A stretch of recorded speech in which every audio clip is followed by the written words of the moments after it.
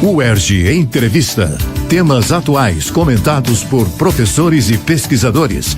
Um espaço para reflexão sobre o nosso dia a dia. No UERJ Entrevista de hoje falaremos sobre a extensão universitária. Para nos ajudar a refletir sobre esse assunto, convidamos a professora Elaine Ferreira Torres, subreitora de Extensão e Cultura da UERJ. Graduada em Química pela UERJ, professora Elaine Torres possui mestrado e doutorado em Química pelo Instituto Militar de Engenharia e pós-doutorado também em Química pela UFRJ, além de pós-graduação em Gestão Pública pelo CEDERJ, Secretaria de Cultura do Rio, e especialização em Gestão Cultural, Cultura, Desenvolvimento e Mercado pelo Centro Universitário SENAC. É também graduanda em Artes Visuais na Universidade de Taubaté. Tendo ingressado na UERJ em 2000, atualmente é professora associada do Departamento de Química Ambiental da Faculdade de Tecnologia e conselheira no Conselho Estadual de Política Cultural do Rio de Janeiro. Eu sou Eneida Leão e este é o UERJ Entrevista. Professora Elaine Torres, obrigada por aceitar nosso convite. Eu que agradeço. Professora Elaine, o Estatuto das Universidades Brasileiras já mencionava em 1931 o papel da universidade na difusão de conhecimentos científicos e artísticos. Depois de quase 90 anos, como a senhora avalia a extensão universitária? Como conceituar a extensão para além de um papel meramente assistencialista, ou ainda, como prefere alguns, como uma compensação do estudante à sociedade pelo investimento em sua formação acadêmica? Eu acho que a extensão ainda tem que ser um pouco mais valorizada, porque a dimensão da extensão, ela percorre pela graduação e pela pesquisa. A extensão não é somente assistencialista. É claro que existe uma parte assistencialista, e eu tenho a impressão que a extensão começou no assistencialismo.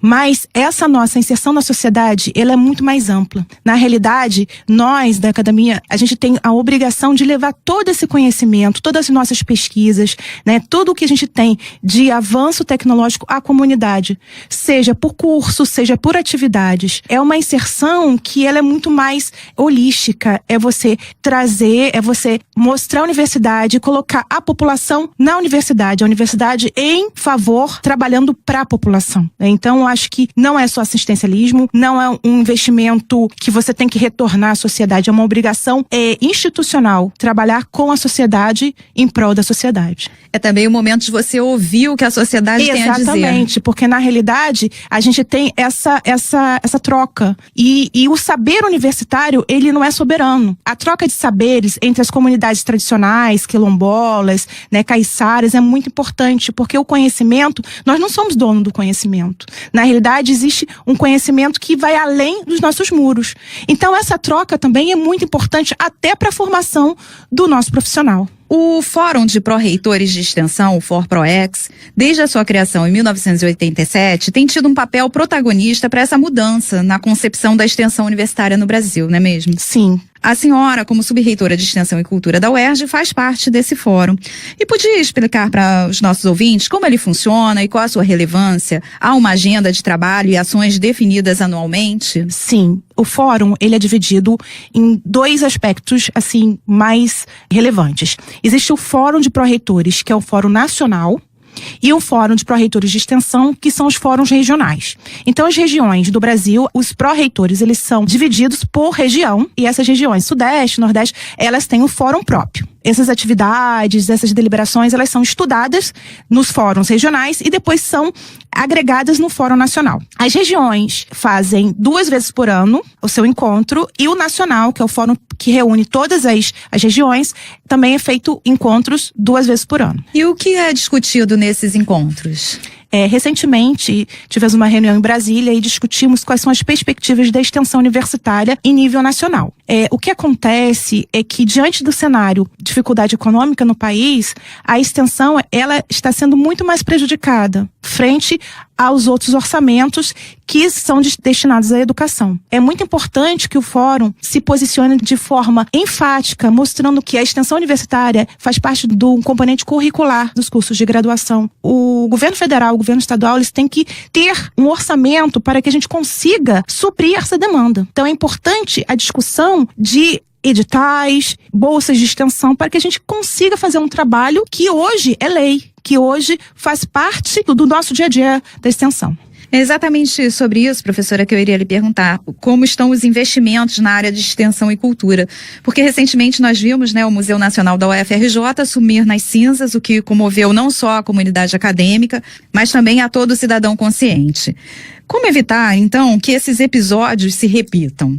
Na realidade, a comunidade acadêmica, ela sempre solicita verba dentro dos orçamentos anuais que são demandados. Nós solicitamos as necessidades de manutenção, seja predial, seja de recurso humano. Isso é estudado, existem projetos que levam em consideração essas demandas. Só que cada vez mais nós recebemos menos verba. E a gente tem que trabalhar com um orçamento muito escasso. E aí, como já está acontecendo projeto ou um processo de sucateamento das instituições públicas, que é uma coisa que é visível, que a sociedade está sentindo, e nós, como comunidade universitária mais ainda, o governo estadual, o governo federal, eles têm que fazer políticas públicas para a recuperação desses espaços.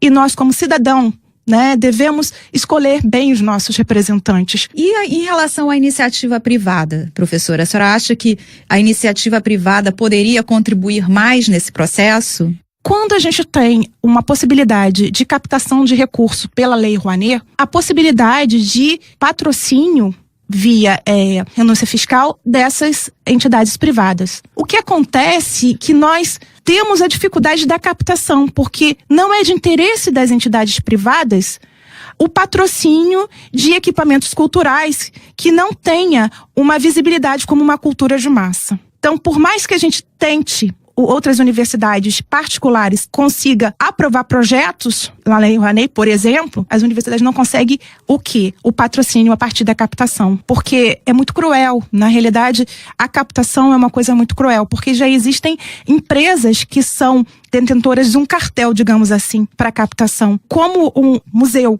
não tem uma visibilidade do que um show, do que um festival desses grandes de rock, não há interesse da iniciativa privada em patrocinar. Na verdade, deveria ser até o contrário, Porque um museu, ele tem uma perenidade muito maior e uma expressão muito maior do que um show que acontece hoje, amanhã não existe mais. Exatamente. E também a população, ela também, às vezes, ela tem uma visão deturpada da cultura, inclusive porque há uma massificação, nos veículos de mídia, levando a crer que essa cultura é que é uma cultura que nós temos que assumir, e não uma cultura que leva ao que é uma história milenar, aonde a gente tem um registro de história natural, de ciência, de evolução cultural. Para a humanidade toda. Exatamente. Professora, em relação ao UERJ, como a extensão tem contribuído também para o processo de interiorização da universidade? Em que medida a extensão, associada ao ensino e à pesquisa, tem colaborado para a construção de políticas públicas voltadas às questões locais no estado do Rio de Janeiro? Eu, como uma professora de humanidade de interior, eu tenho estou muito à vontade em falar sobre isso. Primeira coisa que os professores e as unidades externas, elas fazem é entrar em contato com os conselhos municipais. Então, por exemplo, a minha unidade, que é em Resende, nós participamos dos conselhos de educação, de meio ambiente, conselhos de bacia, no caso do Rio Paraíba. Então, a nossa inserção, ela vai além de projetos e programas de extensão. Nós participamos da decisão local nos conselhos, que não é muito diferente também do Rio de Janeiro, nos quais os professores, nós temos representação nos conselhos. Assim como Friburgo também, assim como Caxias, São Gonçalo. A nossa diretora de extensão, ela é da Faculdade de Formação de Professores, que é São Gonçalo. Então, também existe essa atuação muito grande. Inclusive, essa emancipação, entre aspas, da UERJ Sem Muros, onde as unidades externas já fazem a sua própria UERJ Sem Muros agregada ao UERJ Sem Muros institucional. Visando o quê? Mostrar os trabalhos para a comunidade local. Porque a UERJ Sem Muros, ela é sem muros, lá nós temos a UERJ e ela tem que ser sem muros para a região também. Então, a ideia é justamente mostrar esse nosso papel e abrir a universidade para essa comunidade local. E a extensão, nesse ponto, pode contribuir também para a geração de renda nas comunidades, não? Sim.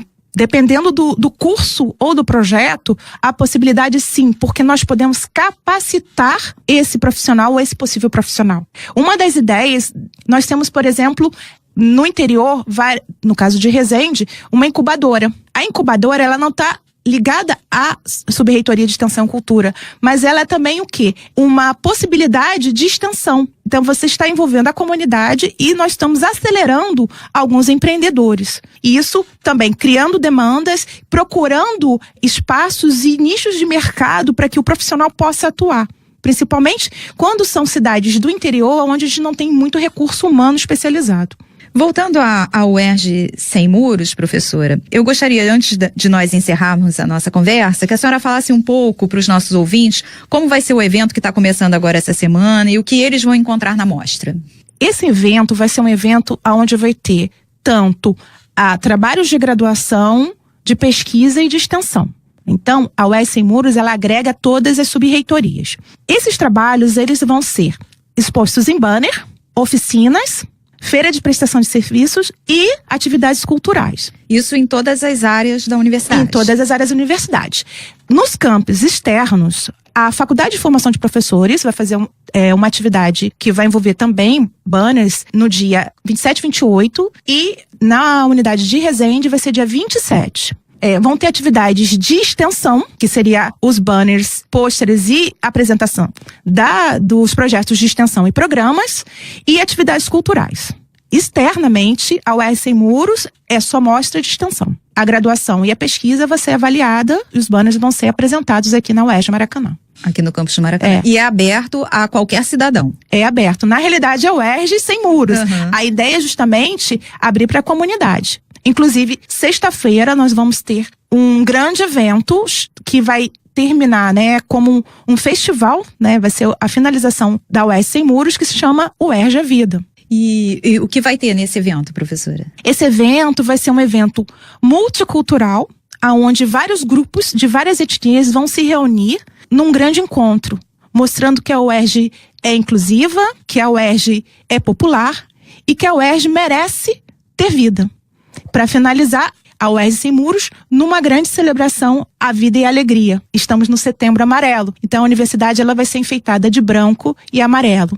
Professora, como subreitora de Extensão e Cultura, o que a senhora espera para 2019? O que eu espero é que melhore a nossa situação, que a lei seja cumprida, que o orçamento universitário seja cumprido e que as nossas reivindicações juntos aos governos sejam acatadas de alguma forma, sejam aceitas, para que a gente consiga progredir. A gente sempre tem uma possibilidade de melhora, A gente sempre pensa que a gente tem uma perspectiva positiva. Então, eu tenho uma esperança que essa situação tenha uma melhora, nem que seja gradativa, mas que a gente consiga evoluir dentro da universidade. Muito obrigada. Eu que agradeço.